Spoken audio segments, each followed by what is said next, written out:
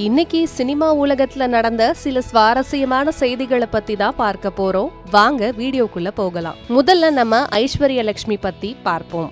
இவங்க இப்போ ஒரு படத்துல நடிச்சு முடிச்சிருக்காங்க. அந்த படத்தோட ப்ரமோஷன்ல பேசும்போது ரொம்ப யதார்த்தமான ஒரு விஷயத்த சொல்லியிருக்காங்க. எல்லா நடிகைகளுக்கும் ஒவ்வொரு ஸ்டைல் இருக்கும், எனக்குன்னு சில லிமிட்ஸ் இருக்கு, அதுக்குள்ள வர கதைகளை தான் நான் தேர்ந்தெடுத்து நடிக்கிறேன். என்னால ராஷ்மிகா மந்தனா மாதிரி கலகலன்னு எனர்ஜெட்டிக்கா இருக்க முடியாது அப்படின்னு ரொம்ப ஓப்பனா சொல்லியிருக்காங்க.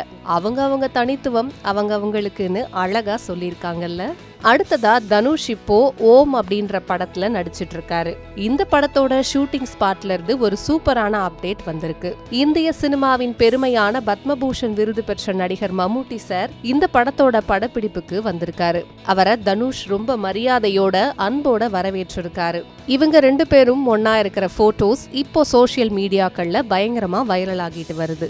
லவ் டுடே படம் மூலமா இளைஞர்கள் மனச கொள்ளையடிச்ச பிரதீப் ரங்கநாதன் இப்போ அடுத்த லெவலுக்கு போயிட்டாரு. தமிழ்ல மட்டும் இல்லாம இப்போ நேரடியா ஒரு தெலுங்கு படத்துலயும் நடிக்க போறாராம். இதற்கான பேச்சுவார்த்தை போயிட்டு இருக்கான். கதையை கேட்டு பிரதீப்புக்கு ரொம்ப பிடிச்சிருக்குன்னு சொல்றாங்க. சீக்கிரமே இதோட அதிகாரப்பூர்வ அறிவிப்பு வரும்னு எதிர்பார்க்கலாம். நம்ம ஊரு பையன் அங்கேயும் போய் கலக்க போறாரு.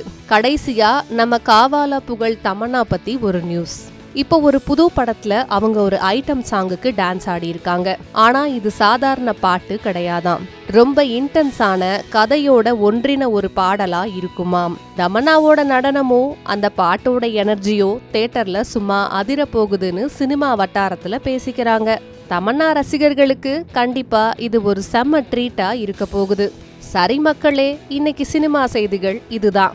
இதுல உங்களுக்கு எந்த அப்டேட் ரொம்ப பிடிச்சிருக்குன்னு கீழே கமெண்ட்ஸ்ல சொல்லுங்க.